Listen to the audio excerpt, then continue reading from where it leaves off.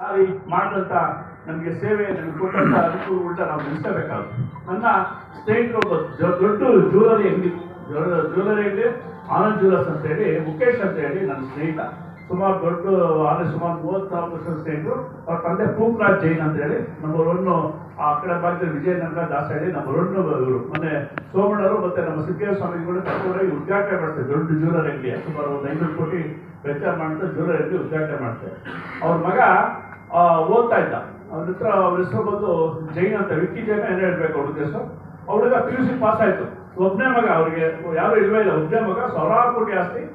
ಅವ್ರಿಗೆ ಪಾಸ್ ಆದ ತಕ್ಷಣ ಏನಾಯ್ತು, ಇನ್ನೇನು ನಾವು ಮುಂದಕ್ಕೆ ಎಜುಕೇಶನ್ ಹೋಗ್ಬೇಕು, ಓದ್ ತಕ್ಷಣ ಉಗ್ರ ಮಾಡ್ತಾರೆ.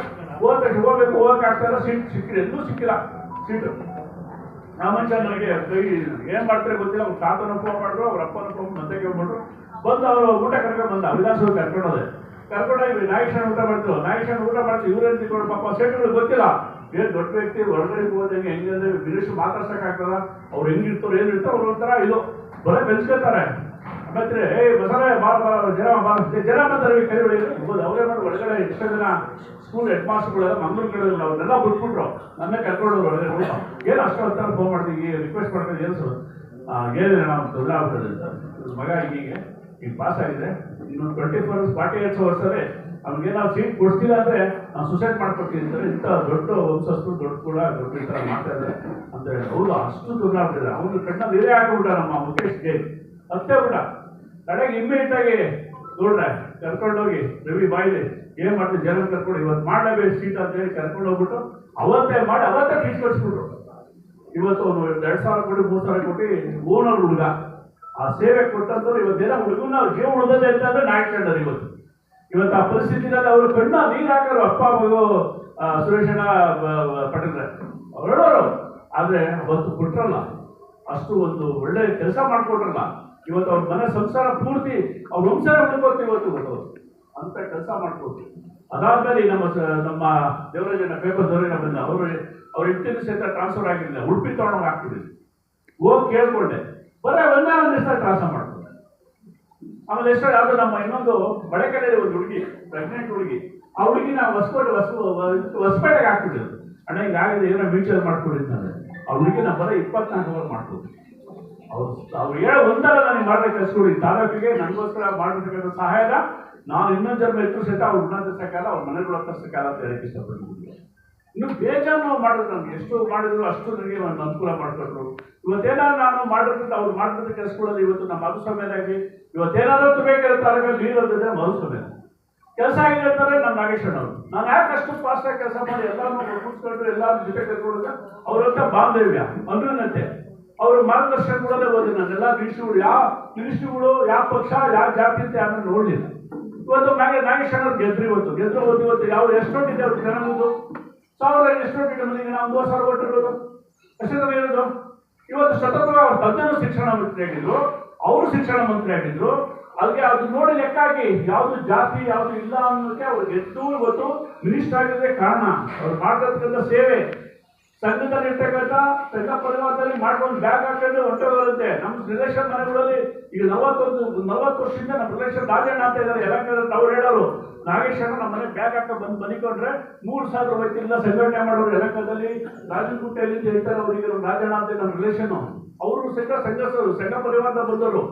ಸಂಘ ಪರಿವಾರ ಇವತ್ತು ಯಾವ ಜಾತಿ ಯಾವ ಪಂಥ ಯಾವ ವಯಸ್ಸು ಏನು ನೋಡಲ್ಲ. ಸಂಘ ಪರಿವಾರ ಬಂದವರು ಇವತ್ತು ಎಲ್ಲ ತರ ಸುನಿಲ್ ನಾಯಕ್ ಅಂತ ಸುನಿಲ್ ಜನ ನಮ್ಮ ಕಾರ್ಕಳ ಸುನಿಲ್ ಅವರು ಇದು ಇಂಧನ ಸಚಿವರಾಗಿ ಇವತ್ತು ಅಲ್ಗೇರ್ ಜ್ಞಾನದವರು ಹೋಮ್ ಮಿನಿಸ್ಟರ್ ಆಗಿದ್ರು. ಅವ್ರೆಂತ ಸ್ಥಾನಮಾನ ಕೊಟ್ಟಿದ್ದು RSS.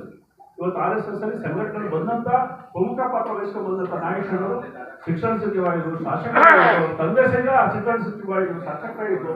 ಇರ್ತಕ್ಕಂಥ ಜಾತಿ ಇಲ್ಲ, ಅಲ್ಲಿ ಜಾತಿ ಇಲ್ಲ ಅಂತ ಬೆಳೆದಂತವ್ರು ನಾಗೇಶ್ವರ ಅವರು. ಇವತ್ತು ನಮ್ಮ ಮನುಷ್ಯನೇ ತುಬೇಕೆರೆ ಕೊಡುಗೆ ವ್ಯಾಪಾರ ಇದೆ ಅವ್ರದ್ದು. ಅದೊಂದೇ ಅಲ್ಲ ಸ್ಕೂಲು, ಅದೊಂದೇ ಅಲ್ಲ ಇವತ್ತೇನು ರಾಘವೇಂದ್ರ ಸ್ವಾಮಿ ಮಠ ಕಟ್ಟಿದಾರಲ್ಲ ಅವ್ರ ತಂದೆ ಕೊಟ್ಟಂತ ಜಾಗ. ರಾಘವೇಂದ್ರ ಸ್ವಾಮಿ ಮಠ ಇವತ್ತೇನು ತುಬೇಕೆರೆ ಪಟ್ಟಣದಲ್ಲಿ ಇರ್ತಕ್ಕಂಥ ಜಾಗ ಕೊಟ್ಟಿದ್ದು ನಮ್ಮ ನಾಗೇಶ್ವರ ತಂದೆ ಚಂದ್ರಶೇಖರ. ಇವತ್ತು ಅವರೆಲ್ಲ ಅವಿಸ್ಮರಣೀಯವಾದಂತಹ ಕೊಡುಗೆಗಳು ಈ ತಾಲೂಕಿಗೆ ಕೊಟ್ಟಿದ್ದಾರೆ, ಈ ರಾಜ್ಯ ಕೊಟ್ಟಿದ್ದಾರೆ. NEP ಮಾಡಿದ್ರು. ಈಗ ಏನು ನಮ್ಮ ಫಸ್ಟ್ ಶಿಕ್ಷಣದಲ್ಲಿ ಇವತ್ತು 20 ಚೇಂಜಸ್ ತಂದ್ರು. ಅಂತ ತಂದಂತವ್ರೆ ಇವತ್ತು ಆ ಒಂದು ನಮ್ಮ ಬಸವರಾಜ ಬೊಮ್ಮಾಯಿ ಸರ್ಕಾರದಲ್ಲಿ ನಾಗೇಶ್ವರ ಅದ್ರ ಬಗ್ಗೆ ಸ್ವಲ್ಪ ಶಿಕ್ಷಣ ಬಗ್ಗೆ ಮಾತಾಡೋರು, ಅದ್ರ ಬಗ್ಗೆ ಹೇಳೋಂಗಿಲ್ಲ, ಅಷ್ಟು ಒಂದು ಜ್ಞಾನ ಇತ್ತಂತ ನಾಗೇಶ್ವರ ಬಗ್ಗೆ ನೀವು ನೋಡಿದಿರಿ.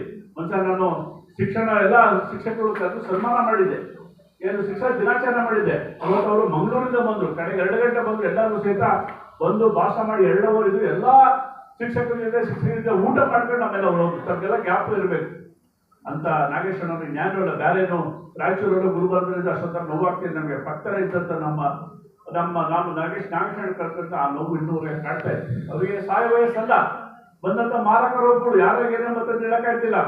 ಅವರು ಮಗನ ಮದುವೆ ಮಾಡಕ್ಕೆ ಅವತ್ತೇ ಅವ್ರು ನಮಸ್ಕಾರ ಸೇರಿಸು ಪ್ರತಿಯೊಂದು ನನ್ನ ಹತ್ರ ಹೇಳ್ಕೊಡೋರು, ಬೇರೆ ಹತ್ರ ಹೇಳ್ಕೊಂಡ್ರೆ ಗೊತ್ತಿಲ್ಲ, ನನ್ನ ಹತ್ರ ಹೇಳ್ಕೊಡೋರು. 12 ಜನ ಮಾಡಿದ್ವಿ ಮಾತಾಡಬೇಕು ಅನ್ನೋರು, ಮನೆ ವಿಚಾರ ಎಲ್ಲ ಹೇಳ್ಕೊಡೋರು.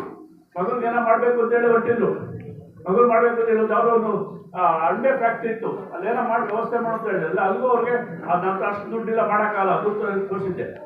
ಆಮೇಲೆ ಒಂದು ಸಲ ಫೋನ್ ಮಾಡಿದ್ದು, ಈಗ ಇನ್ನು ಅವರು ಸಚಿವರಾಗಿ ಅರ್ಜೆಂಟ್ ಒಂದು 150 ತೆಗಿಗಿಡಬೇಕು ಅಂತ. ನಾನು ಚಿಕ್ಕವರಲ್ಲಿ ಸಂತೋಷ ಹೇಳ್ಬಿಟ್ಟು ಕೊಡ್ತಷ್ಟೇ. ಕಡೆ ಅವ್ರು ದುಡ್ಡು ಮಾಡಿಕೊಳ್ಳಿಲ್ಲ, ದುಡ್ಡನ್ನ ಬಂಡು ಮಾಡಿ ಅವ್ರು ಸಂತೋಷ ಕೊಡ್ತಾರೆ. ಕೊಡಬೇಡ ನಮಗೆ ತೆಗಿಗಿಡೋದು ಕೇಳಿಲ್ಲ, ಬಂಡು ಮಾಡಿ ಸಂತೋಷಕ್ಕೆ 150 ರೂಪಾಯಿ ಗಿಡಗೂಡ 100 ಗಿಡ ಕೊಡ್ತಾರೆ. ಮಗನ ಕೇಳಿ ವಿಶ್ವದಿಟ್ಟಿದೆ 150 ರೂಪಾಯಿ ನಂಗೆ ಹಾಕಿ ಗಿಡಗೂಡ ತಗೊಂಡೋದು.